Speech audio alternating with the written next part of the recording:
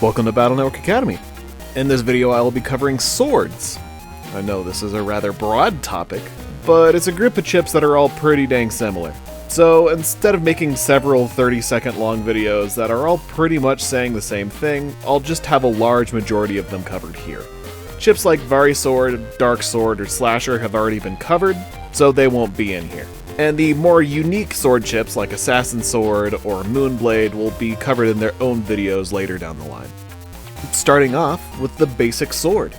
Sword is found in every game, and it functions the same in each one, hitting a 1x1 directly in front of Mega Man, dealing 80 damage. Moving on, we have Wide Swords.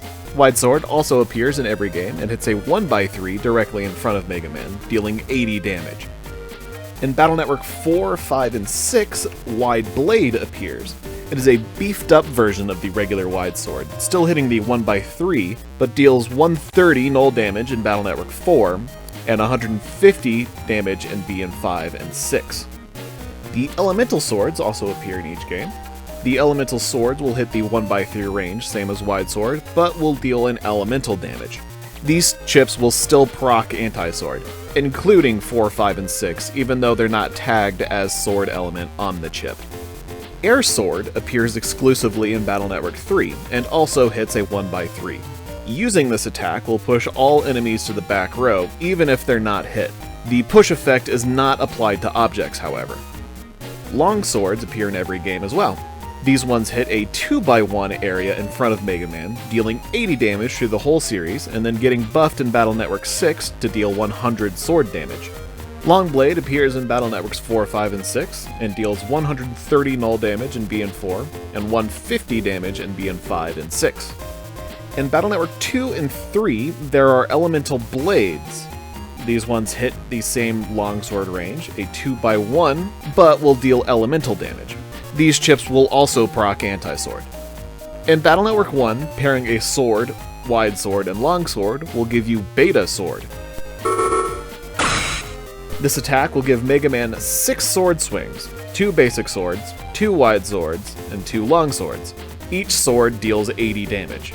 And pairing 2 swords, 2 wide swords, and 1 long sword will give you Sigma Sword. There's actually a couple variations on how you can pair this. For example, you could have 1 sword, 2 wide swords, 2 long swords, etc.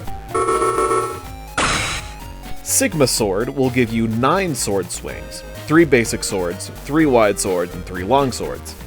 Each sword deals 80 damage. Kinda lame, not gonna lie. This is fixed in Battle Network 2 with the introduction of Life Sword. Pairing a sword, wide sword, and long sword together will give you Life Sword. Life Sword hits a 2x3 area in front of Mega Man, dealing 200 damage. In Battle Network 2, there are 3 different versions of Life Sword. Pairing a Fire Sword, Aqua Sword, and Elect Sword will give you Life Sword 2, which deals 500 damage. And pairing Fire Blade, Aqua Blade, and Elect Blade will give you Life Sword 3, which deals 600 damage.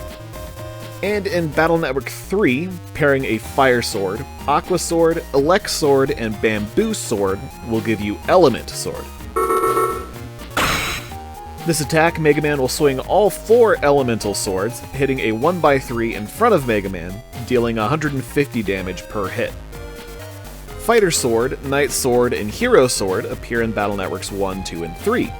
These attacks all hit the same 3x1 range in front of Mega Man, dealing 100, 150, or 200 damage. In Battle Network 2, these chips are only able to be used by base Mega Man, so if you're in a style, this chip will poof out of your hand. And in Battle Network 3, only Hero Sword appears in the form of a Mega Chip that deals 180 damage. Step Sword is introduced in Battle Network 2 and reappears in Battle Network 3 and 6, with a special cameo in Battle Network 5. This attack, Mega Man will jump 2 panels ahead and hit a 1x3 area in front of where Mega Man jumps, dealing 150 in Battle Network 2, 130 in Battle Network 3, and 160 in Battle Network 6.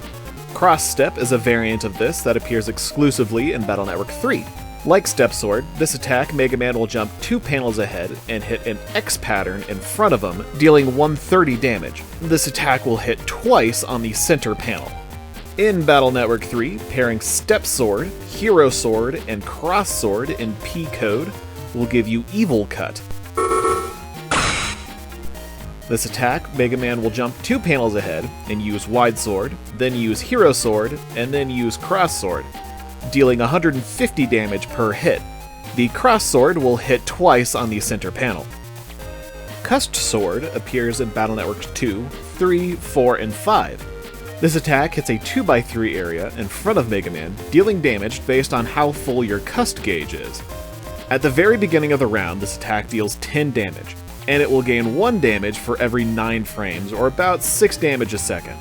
Once it reaches 32 damage, it will start to gain 2 damage for every 4 frames, or about 30 damage a second. This will happen right about when the Cuss gauge is half full.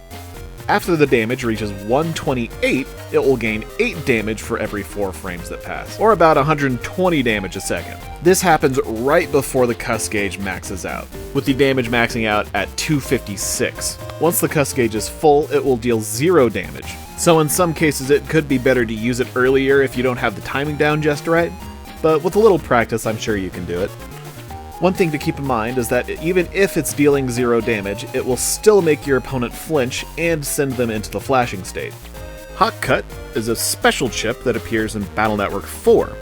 This is a time freeze attack that will summon Protoman, who will use Wide Sword and then Long Sword, dealing 80, 90, or 100 damage per hit. This chip can trigger Anti-Navi if your opponent has that up, and it will also send your opponent into the flashing state.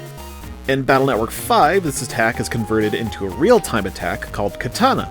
This attack hits a 1x3 area in front of Mega Man, and then a 2x1 area, dealing 60, 80, or 100 damage per hit. This version of the attack will not send your opponent into the flashing state.